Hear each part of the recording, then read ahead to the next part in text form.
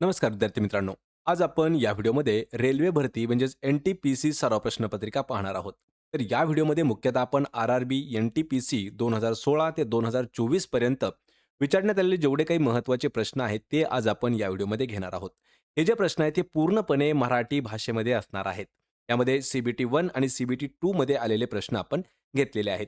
मित्रांनो, या व्हिडिओची जर आपल्याला पी-डी-एफ डाउनलोड करायची असेल, तर मराठी नोकरी या नावाने आपलं टेलिग्राम चॅनल आहे.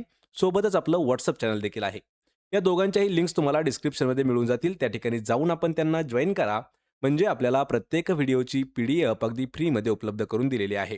चला तर व्हिडिओला सुरुवात करूया. तर पहा आपला प्रश्न पहिला आहे.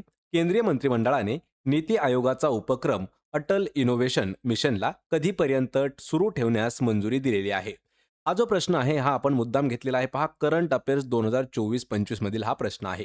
प्रश्न परत एक वेळा पहा, कारण प्रत्येक प्रश्नाचं उत्तर आपल्याला कमेंट करून सुद्धा देऊ शकता. म्हणजे आपलं रिव्हिजन देखील याच व्हिडिओमध्ये होऊन जाईल. प्रश्न परत एक वेळा पहा. केंद्रीय मंत्रिमंडळाने नीती आयोगाचा उपक्रम जो आहे तो आहे अटल इनोव्हेशन. हे जे मिशन आहे याला कधीपर्यंत सुरू ठेवण्याची मंजुरी दिलेली आहे? तर या प्रश्नाचं योग्य उत्तर असणार आहे ऑप्शन क्रमांक 3. तर मार्च 2028 पर्यंत अटल इनोव्हेशन मिशन जे आहे ते सुरू ठेवण्यास केंद्र मंत्रिमंडळाने मंजुरी दिलेली आहे. पर्याय क्रमांक 3 आपलं या प्रश्नाचं उत्तर होईल. यानंतरचा प्रश्न आहे पहा. गरिबी हटाओ या घोषणेने खालीलपैकी कोणती पंचवार्षिक योजना राबविण्यात आली होती? पंचवार्षिक योजना जी आहे यावरती आपल्याला खूप वेळा प्रश्न विचारण्यात आलेले आहेत. त्यातीलच असा एक प्रश्न आहे की गरिबी हटाओ या घोषणेने कोणत्या पंचवार्षिक योजनेला सुरुवात करण्यात आली होती किंवा पंचवार्षिक योजना राबवण्यात आली होती? तर या प्रश्नाचं योग्य उत्तर असणार आहे ऑप्शन क्रमांक 4. तर 6वी पंचवार्षिक योजना जी आहे तर या योजनेमध्ये गरिबी हटाव ही घोषणा नावाजलेली होती. पर्याय 4 आपलं या प्रश्नाचं उत्तर होईल. यानंतरचा प्रश्न आहे पहा. खालीलपैकी कोणत्या राज्यात चलो लोकू उत्सव साजरा केला जातो? मित्रांनो, यापूर्वी आपण महत्त्वाचा एक व्हिडिओ घेतलेला होता. त्यामध्ये 28 राज्य आणि प्रत्येक राज्यामध्ये कोणता उत्सव साजरा केला जातो यावरती आपण व्हिडिओ घेतला होता. त्यातीलच हा प्रश्न आहे. चलो लोकू उत्सव हा कोणत्या राज्यामध्ये साजरा केला जातो? तर या प्रश्नाचं योग्य उत्तर असणार आहे ऑप्शन क्रमांक 4. तर अरुणाचल प्रदेश या राज्यामध्ये साजरा केला जातो पहा चलो लोको उत्सव. तर अरुणाचल प्रदेशवरती अजून आपल्याला 2 प्रश्न तयार होतात. त्यातील पहिला प्रश्न काय आहे, की अरुणाचल प्रदेशची राजधानी आपल्याला विचारली जाते. लक्षात ठेवा, अरुणाचल प्रदेशची राजधानी काय आहे? हे मला कमेंट करून आपण सांगायचं आहे. आणि दुसरा प्रश्न विचारला जातो, की अरुणाचल प्रदेशचं जुनं नाव काय होतं? तर हे देखील मला आपण कमेंट करून सांगायचं आहे. आणि या प्रश्नाचं उत्तर काय आहे? पर्याय क्रमांक 4. यानंतरचा प्रश्न आहे. भारतातील खालीलपैकी कोणत्या राज्यात पंचायती राज पद्धती प्रथम कार्यान्वित करण्यात आली होती? म्हणजे प्रश्न असा विचारलाय की भारतातील असं कोणतं राज्य आहे की ज्या राज्यामध्ये पंचायत राज पद्धत जी आहे ही सर्वात पहिल्यांदा सुरू करण्यात आली होती? तर या प्रश्नाचं अचूक उत्तर असणार आहे ऑप्शन क्रमांक 3. तर राजस्थान हे जे राज्य आहे या राज्यामध्ये सर्वात पहिल्यांदा पंचायती राज पद्धत सुरू करण्यात आली होती. हा प्रश्न आपल्याला पोलीस भरतीमध्ये सुद्धा खूप वेळा विचारण्यात आलेला आहे. त्यामुळे प्रश्न थोडासा इम्पॉर्टंट आहे आणि राजस्थान या प्रश्नाचं आपलं उत्तर होईल. त्यानंतरचा प्रश्न आहे पहा. भारत सरकारने वर्ष डॅशमध्ये राजीव गांधी खेलरत्न पुरस्काराचे नाव बदलून ते मेजर ध्यानचंद खेलरत्न पुरस्कार असं केलं आहे. प्रश्न थोडासा समजावून घ्या. प्रश्न काय विचारलाय, की भारत सरकारने असं कोणतं वर्ष आहे, की त्या वर्षी राजीव गांधी खेलरत्न पुरस्कार जो आहे, त्याचं नाव बदललं आहे आणि ते नाव बदलून मेजर ध्यानचंद खेलरत्न पुरस्कार असं ठेवलेलं आहे. आणि ते जे वर्ष आहे, ते आहे ऑप्शन क्रमांक 4. तर 2021 या वर्षी राजीव गांधी खेलरत्न पुरस्कार जो आहे, त्याचं नाव बदलण्यात आलं आणि नवीन नाव ठेवण्यात आलं मेजर ध्यानचंद खेलरत्न पुरस्कार. पर्याय क्रमांक 4 आपलं या प्रश्नाचं उत्तर होईल. यानंतरचा प्रश्न आहे. इलेक्ट्रिक मोटारचा भाग जो त्यातील विद्युत प्रवाहाच्या प्रवाहाची दिशा उलट करतो त्याला डॅश म्हणतात. मित्रांनो, इलेक्ट्रॉनिक जो विषय आहे ना, तर तो आपल्याला आर-आर-बी, एन-टी-पी-सी, रेल्वे भरती कोणत्याही पदासाठी विचारला जाऊ शकतो. त्यातील हा महत्त्वाचा एक प्रश्न आहे, जो आपल्याला प्रिव्हियस क्वेश्चन पेपरमधील आपण घेतलेला आहे. इलेक्ट्रिक मोटारचा भाग जो त्यातील विद्युत प्रवाहाच्या प्रवाहाची जी दिशा आहे ती उलट करतो त्याला काय म्हटलं जातं? तर त्याला म्हटलं जातं ऑप्शन क्रमांक 4 विभक्त वलय म्हणून त्याला ओळखलं जातं.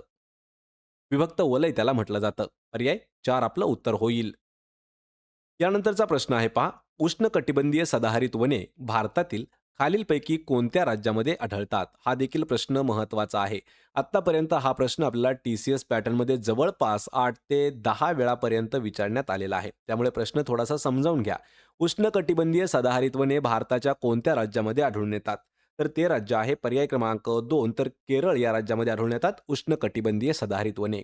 हा जो प्रश्न आहे हा आपल्याला वनरक्षक भरती 2023 मध्ये जशाच तसा विचारण्यात आला होता. पर्याय क्रमांक 2 आपलं उत्तर होईल. प्रश्न क्रमांक 8 आहे. पहिल्या पंचवार्षिक योजनेला सुरुवात झाली तेव्हा नियोजन आयोगाचे अध्यक्ष खालीलपैकी कोण होते? यावर सुद्धा आपल्याला 2 प्रश्न तयार होतात. पहिला प्रश्न की नियोजन आयोगाचे अध्यक्ष कोण असतात? आणि दुसरा प्रश्न काय आहे की कोण होते असा प्रश्न विचारला होता. कधी? ज्यावेळी पहिली पंचवार्षिक योजना सुरू झाली त्यावेळी. आणि या प्रश्नाचं योग्य उत्तर होतं पर्याय क्रमांक 2 तर पंडित जवाहरलाल नेहरू हे जे आहेत हे पहिल्या पंचवार्षिक योजनेला सुरुवात झाली त्यावेळी नियोजन आयोगाचे अध्यक्ष होते. पर्याय क्रमांक 2 आपलं या प्रश्नाचं उत्तर होईल. प्रश्न क्रमांक 9 आहे. 2030च्या राष्ट्रकुल स्पर्धा भारतातील खालीलपैकी कोणत्या शहरात होणार आहेत? लक्षात ठेवा 2030 साली होणाऱ्या राष्ट्रकुल स्पर्धा कोणत्या राज्यामध्ये किंवा कोणत्या शहरामध्ये होणार आहेत?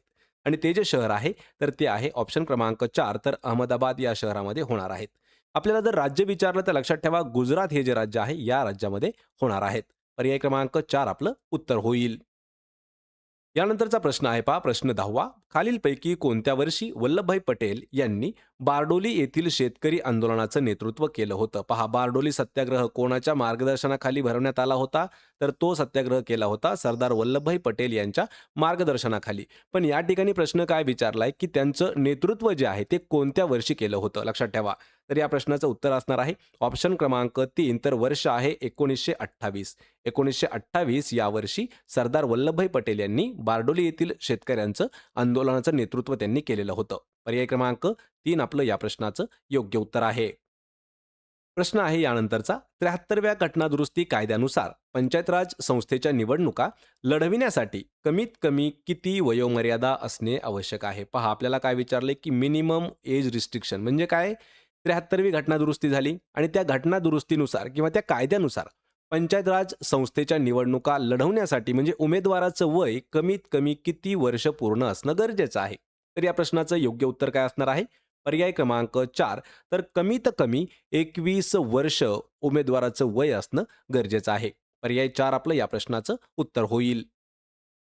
यानंतरचा प्रश्न आहे केंद्रीय माहिती आयुक्तांच्या निवड समितीचे अध्यक्ष म्हणून खालीलपैकी कोण कार्य करतात? हा देखील प्रश्न थोडासा इम्पॉर्टंट आहे. केंद्रीय माहिती आयुक्त यांच्या निवड समितीचे अध्यक्ष म्हणून कोण काम करत असतात? तर ते करत असतात पहा भारताचे पंतप्रधान. पर्याय क्रमांक 4 आपलं या प्रश्नाचं योग्य उत्तर होणार आहे. यानंतरचा प्रश्न आहे खालीलपैकी कोणत्या नदीचा उगम अमरकंटक टेकड्यांमध्ये होतो? मित्रांनो यावरती सुद्धा आपण एक डीपमध्ये व्हिडिओ घेतलेला आहे. भारतामधील जेवढ्या काही महत्त्वाच्या नद्या आहेत त्या नद्या आणि त्या नद्यांचे उगमस्थान कोणत्या ठिकाणी आहे त्यावर सुद्धा आपण व्हिडिओ घेतलेला आहे. त्यामधीलच हा प्रश्न आहे की कोणत्या नदीचा उगम हा अमरकंटक टेकड्यांमध्ये होतो? तर ती नदी सर्वांना माहीत असणं गरजेचं आहे. पर्याय क्रमांक 2 नर्मदा नदी हे आपलं योग्य उत्तर असणार आहे.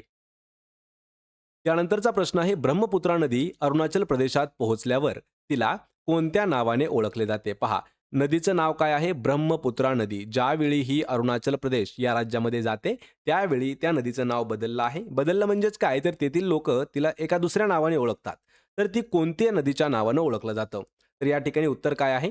पर्याय क्रमांक 3 तर दिहांग ही जी नदी आहे हीच नदी आहे पहा ब्रह्मपुत्रा नदी. पण अरुणाचल प्रदेश या राज्यामध्ये ती गेल्याच्या नंतर तिलाच दिहांग या नावानं ओळखलं जातं.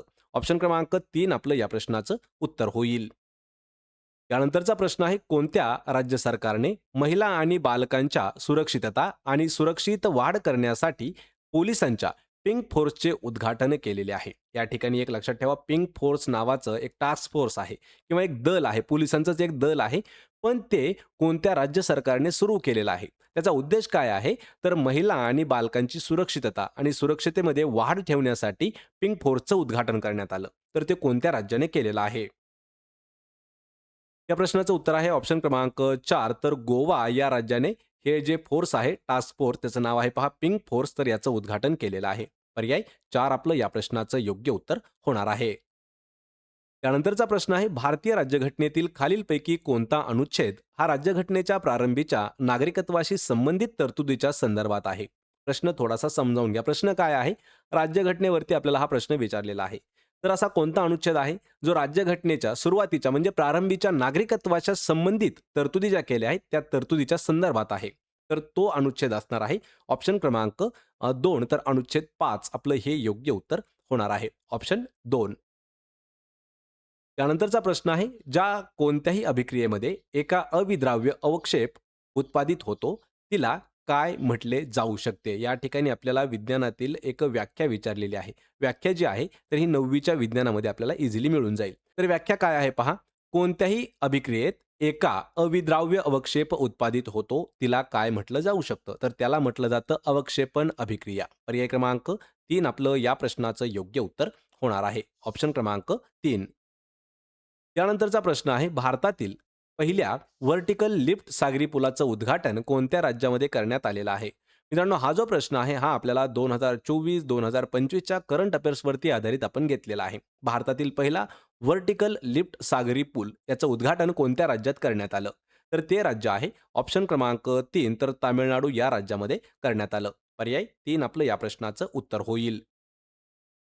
त्यानंतरचा प्रश्न आहे, खालीलपैकी कोणती पद्धती पृथ्वी आणि ग्रह यांच्यातील अंतर मोजण्यासाठी वापरली जाते? पहा, अशी कोणती पद्धत आहे की जी पद्धत वापरून पृथ्वी आणि ग्रह यांच्यामधील अंतर मोजलं जातं? आणि मित्रांनो, याच्यावरती आपल्याला प्रश्न हा 2 वेळा विचारण्यात आलेला आहे, लक्षात ठेवा. त्यामुळे हा प्रश्न थोडासा इम्पॉर्टंट आहे. तर ती कोणती पद्धत आहे? तर ती आहे पॅरलॅक्स पद्धत. ऑप्शन क्रमांक 1 आपलं या प्रश्नाचं योग्य उत्तर होणार आहे. यानंतरचा प्रश्न आहे, मीठ उत्पादनावरील ब्रिटिश एकाधिकाराविरोधात 1930 साली खालीलपैकी कोणते अहिंसात्मक निषेध आंदोलन करण्यात आलेलं होतं? हा प्रश्न थोडासा इम्पॉर्टंट आहे, लक्षात ठेवा. यामध्ये आपल्याला 2 प्रश्न तयार होतात. पहिला की हे आंदोलन कधी करण्यात आलं आणि दुसरं आहे की ते कशा बाबतीत होतं? तर ते होतं मीठ उत्पादनाच्या ब्रिटिश एकाधिकाराविरोधात, जे की 1930 मध्ये करण्यात आलं. पण ते कोणतं अहिंसात्मक निषेध आंदोलन होतं? तर त्याचं नाव आहे पर्याय क्रमांक 2 दांडी यात्रा. ऑप्शन क्रमांक 2 आपलं या प्रश्नाचं उत्तर होईल. यानंतरचा प्रश्न आहे, जीवांचा खालीलपैकी कोणता गट पर्यावरण स्वच्छ ठेवण्यास मदत करतो? मित्रांनो, हा प्रश्न आपल्याला पर्यावरणावरती विचारण्यात आलेला आहे आणि हा प्रश्न आपल्याला लॉची जी सीईटी झाली त्यामध्ये सुद्धा या प्रश्नाचा उल्लेख करण्यात आला होता. या प्रश्नाचं उत्तर असणार आहे पहा ऑप्शन क्रमांक 4 तर जीवाणू आणि कवक हे जे आहे हे आपलं योग्य उत्तर असणार आहे. आणि या जीवाणू आणि कवकांचा एक गट आहे जो पर्यावरण स्वच्छ ठेवण्यासाठी खूप मोठी मदत करतो. ऑप्शन क्रमांक 4 आपलं या प्रश्नाचं उत्तर होईल. त्यानंतरचा प्रश्न आहे, कोटा श्रीनिवास राव यांचे जुलै 2025 मध्ये निधन झाले. ते कोणत्या भाषेशी संबंधित व्यक्तिमत्व होते? पहा, कोटा श्रीनिवास राव यांचं कधी झालेलं आहे निधन? जुलै 2025 मध्ये. ते कोणत्या भाषेशी संबंधित होते? तर सर्वांना माहीत आहे की ते तेलुगू भाषेशी संबंधित होते. पर्याय 1 आपलं या प्रश्नाचं योग्य उत्तर होणार आहे. प्रश्न आहे, एका माध्यमातून दुसऱ्या माध्यमाकडे प्रकाशाचे वक्र किरण जात असताना त्याला डॅश म्हणून ओळखले जाते? प्रश्न हा देखील खूप महत्त्वाचा आहे आणि हा आपल्याला फिजिक्समध्ये विचारण्यात आलेला इम्पॉर्टंट प्रश्न आहे. प्रश्न परत एक वेळा पहा. एका माध्यमातून दुसऱ्या माध्यमाकडे प्रकाशाचे जे वक्र किरण जातात म्हणजेच काय, तर हे वाकडे किरण जे जातात त्याला काय म्हणून ओळखलं जातं?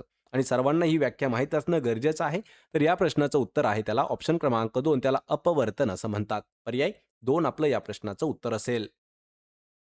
त्यानंतरचा प्रश्न आहे, पृथ्वीच्या वातावरणाच्या डॅश भागात वातावरणातील एकूण हवेच्या सुमारे 70% भाग असतो? प्रश्न थोडासा समजावून घ्या. पृथ्वीच्या वातावरणाच्या कोणत्या भागामध्ये वातावरणातील एकूण हवेच्या सुमारे किती टक्के? 70% भाग असतो.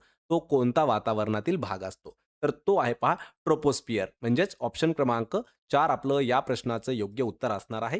कारण पृथ्वीचा जो वातावरणाचा भाग आहे ट्रोपोस्फियर, तर याच्या वातावरणातील एकूण हवेच्या सुमारे 70% भाग असतो. पर्याय 4 आपलं या प्रश्नाचं योग्य उत्तर होईल. त्यानंतरचा प्रश्न आहे, नागशंकर मंदिराला कासवांच्या संवर्धनासाठी आदर्श मंदिर म्हणून नियुक्त करण्यात आलेले आहे. तर हे मंदिर कोणत्या राज्यामध्ये स्थित आहे? कोणतं? नागशंकर मंदिराला कशासाठी? कासवांच्या संवर्धनासाठी आदर्श मंदिर म्हणून त्याची नियुक्ती करण्यात आलेली आहे. पण हे जे मंदिर आहे नागशंकर मंदिर हे कोणत्या राज्यामध्ये येतं? तर या प्रश्नाचं योग्य उत्तर आहे पहा ऑप्शन क्रमांक 3 तर हे आसाम या राज्यामध्ये असणारं मंदिर आहे पहा नागशंकर मंदिर. पर्याय क्रमांक 3 आपलं या प्रश्नाचं योग्य उत्तर होईल. तर मित्रांनो, हे होते पहा महत्त्वाचे 25 प्रश्न जे आपल्याला रेल्वे भरतीसाठी प्रिव्हियस क्वेश्चन पेपरमधील आपण घेतलेले होते. मित्रांनो, यातील काही प्रश्न जे आहेत हे करंट अफेअर्स 2024-2025 वरती आधारित होते. आपल्याला हा व्हिडिओ कसा वाटला हे मला कमेंट करून नक्की सांगा आणि व्हिडिओ जर आवडला तर व्हिडिओला आपल्या लाईक करा, मित्रांमध्ये व्हिडिओ शेअर करा आणि आपल्या मराठी नोकरी यूट्यूब चॅनलला सबस्क्राईब करून ठेवा. प्रत्येक व्हिडिओची PDF अगदी फ्रीमध्ये तुम्हाला मी अवेलेबल करून दिलेली आहे. त्यासाठी आपलं टेलिग्राम चॅनल आहे मराठी नोकरी, त्याचीही लिंक मी तुम्हाला डिस्क्रिप्शनमध्ये दिलेली आहे. आपण भेटूया पुढच्या एका अशाच नवीन व्हिडिओमध्ये. तोपर्यंत जय हिंद, जय भारत.